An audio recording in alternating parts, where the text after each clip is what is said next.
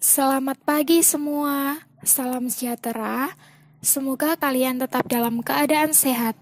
Sebelumnya, perkenalkan saya Viva Marisa Irwahyu dengan NRP 9903021002.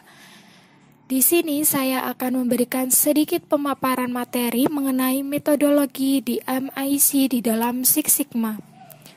Sebelum kita ke materi, saya ingin memberikan kata-kata mutiara dari Nelson Mandela. Pendidikan adalah senjata paling ampuh yang bisa digunakan untuk mengubah dunia. Tetap semangat untuk belajar, dan mari kita simak video presentasi kali ini.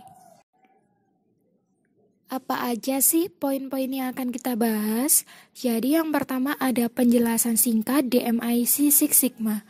Yang kedua ada roadmap DMIC untuk Six Sigma. Yang ketiga ada penjabaran mendetail mengenai metodologi Six Sigma di MIC. Yang keempat ada keuntungan dan kerugian metode DMIC Six Sigma. Dan yang terakhir ada manfaat penerapan DMIC pada perusahaan. Apa sih itu DMIC? Jadi DMIC merupakan sebuah pendekatan penyelesaian masalah yang berbasis data dengan tujuan untuk membantu membuat perbaikan-perbaikan secara bertahap dan mengoptimalkan pada produk, desain, dan juga proses bisnis. Pendekatan ini dibuat di tahun 1980-an sebagai bagian dari metodologi Six Sigma oleh seorang insinyur Motorola yang bernama Bill Smith, di mana Motorola ini meluncurkan Six Sigma di tahun 1987. DMIC sendiri bisa dikatakan sebagai jantung analisis dari Six Sigma yang menjamin voice of customer atau suara pelanggan berjalan dalam keseluruhan proses, sehingga produk yang dihasilkan dapat memuaskan pelanggan. DMIC memiliki kepanjangan Define, Measure, Analyze, Improve, dan juga Control. Define, di sini kita harus memahami sebuah permasalahan. Kemudian Measure, yaitu mengumpulkan informasi yang bisa dipercaya. Analyze, yaitu mengidentifikasi akar dari permasalahan. Kemudian Improve, yakni memperbaiki akar permasalahan. Kemudian Control, mengenai bagaimana perbaikan bisa dipertahankan. Selanjutnya ada roadmap DMIC untuk Six Sigma. Bisa dilihat untuk define, yakni mengidentifikasi masalah secara khusus, kemudian identifikasi hubungan permasalahan dengan kepuasan pelanggan, mobilisasi tim kerja Six Sigma, mengidentifikasi faktor-faktor penyebab terjadinya permasalahan, mengidentifikasi para stakeholder yang terkait dengan permasalahan, kemudian rumusan baru disetujui. Selanjutnya berganti ke measure, yaitu memverifikasi dan menetapkan CTQ kebutuhan pelanggan. Kemudian mengukur kinerja pada saat ini. Dilanjutkan dengan membandingkan hasil pengukuran dengan ukuran proses jenis. Kemudian identifikasi kekuatan dan kelemahan untuk menentukan langkah perbaikan. Dilanjut proses analisis, menganalisis faktor-faktor penyebab permasalahan, memahami masing-masing variabel akar penyebab permasalahan, kemudian memperkirakan potensi keuntungan finansial dari proses perbaikan, kemudian rumusan analisa penyebab. Dilanjutkan ke proses improvement, mengembangkan solusi potensial untuk perbaikan dan pencegahan, mengevaluasi kemungkinan dampak dari implementasi solusi, validasi proses program solusi melalui uji coba percontohan, eksekusi program solusi, dokumentasi hasil dari solusi. Selanjutnya, tahap terakhir yaitu kontrol, dengan cara mengembangkan metode pengawasan untuk mempertahankan dan melakukan peningkatan. Kemudian merumuskan SOP baru untuk efektivitas program jangka panjang. Dan yang terakhir yaitu identifikasi personel untuk menjalankan fungsi tugas SOP atau standar operasional prosedur. Selanjutnya ada penjabaran metodologi Six Sigma di MIC. Yang pertama ada define, merupakan langkah operasional pertama, di mana pada tahap ini perlu didefinisikan beberapa hal terkait dengan kriteria pemilihan proyek Six Sigma, peran dan tanggung jawab dari orang-orang yang terlibat dalam Six Sigma, kebutuhan pelatihan untuk orang-orang yang terlibat dalam Six Sigma, proses-proses kunci dalam proyek Six Sigma beserta pelanggannya, kebutuhan spesifik dari pelanggan, dan pernyataan tujuan proyek Six Sigma. Adapun tim kerja dari Six Sigma, di level tertinggi ada executive leader atau pimpinan puncak perusahaan yang memiliki tugas untuk mewujudkan Six Sigma, memulai dan mensosialisasikannya di seluruh bagian, divisi, departemen, dan cabang-cabang perusahaan.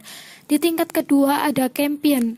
Champion ini bertanggung jawab terhadap aktivitas proyek sehari-hari, memilih calon anggota Black Belt, identifikasi wilayah proyek, tegaskan sasaran, jamin terlaksananya proyek, dan memastikan tim pelaksana paham maksud atau tujuan proyek.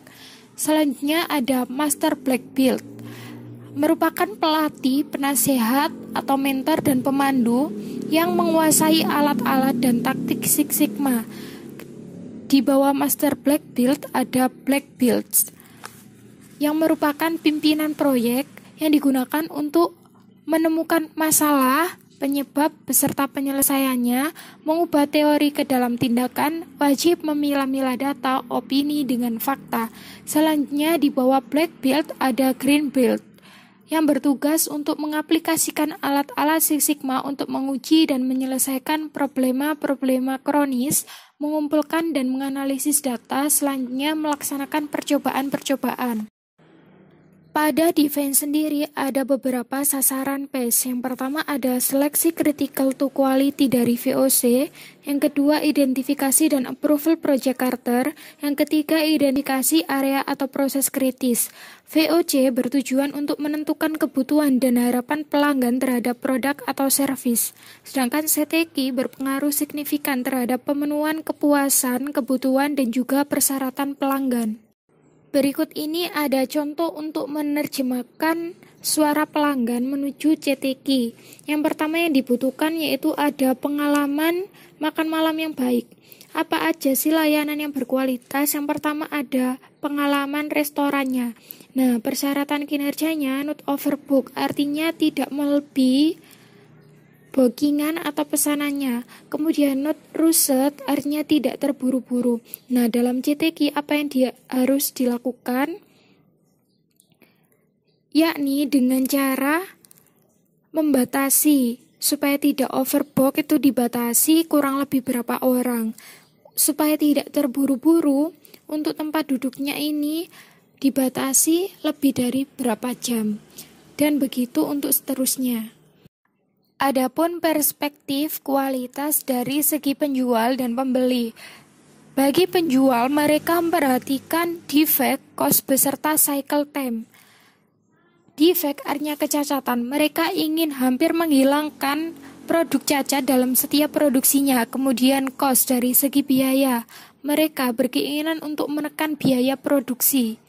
Kemudian cycle time. Mereka ingin mengurangi waktu atau pemborosan waktu ketika produksi. Dari segi customer sendiri, ada quality, price, dan juga delivery. Customer tentunya membutuhkan produk dengan kualitas yang baik, harga rendah atau terjangkau, dan juga delivery atau sistem pengiriman yang cepat. Langkah kedua dari DMIC yaitu measure. Terdapat 3 hal pokok yang harus dilakukan dalam tahap ini. Yang pertama yaitu pemilihan karakteristik kualitas atau CTQ. Yang kedua pengembangan rencana pengumpulan data melalui pengukuran. Yang ketiga mengukur current performance pada tingkat proses, output, dan outcome untuk ditetapkan sebagai baseline kerja. Output yang dihasilkan nantinya berupa baseline data pada saat proses kinerja. Yang kedua, data pinpoint masalah lokasi atau kejadian. Dan yang ketiga, ada fokus terhadap masalah pernyataan. Langkah ketiga yakni analyze. Pada tahap ini kita perlu melakukan beberapa hal. Yang pertama yaitu menentukan kestabilan dan kapabilitas dari proses atau CP dan CPK. Yang kedua, menetapkan target-target kinerja dari karakteristik kualitas kunci atau CTQ yang akan ditingkatkan. Yang ketiga ada mengidentifikasi sumber-sumber dan akar penyebab kecacatan dan kegagalan. Dan yang terakhir, mengonversikan banyak kegagalan ke dalam biaya kegagalan kualitas atau cost of poor quality. Pada langkah keempat, yakni improve.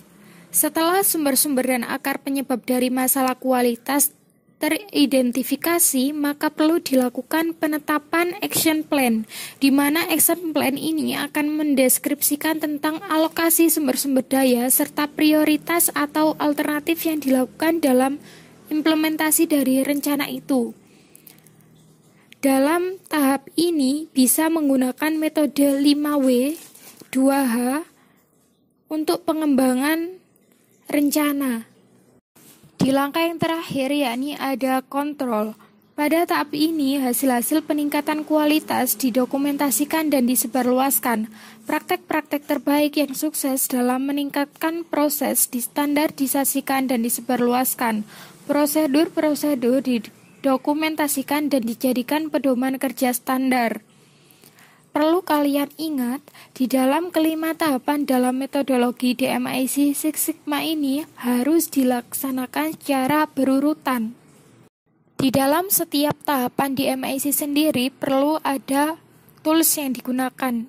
Pada define ada project scope, project charter, business impact, VOC, affinity diagram, Kano model, dan CTK tree. Di dalam measure ada process map, data collection, process capability, dan lain-lain.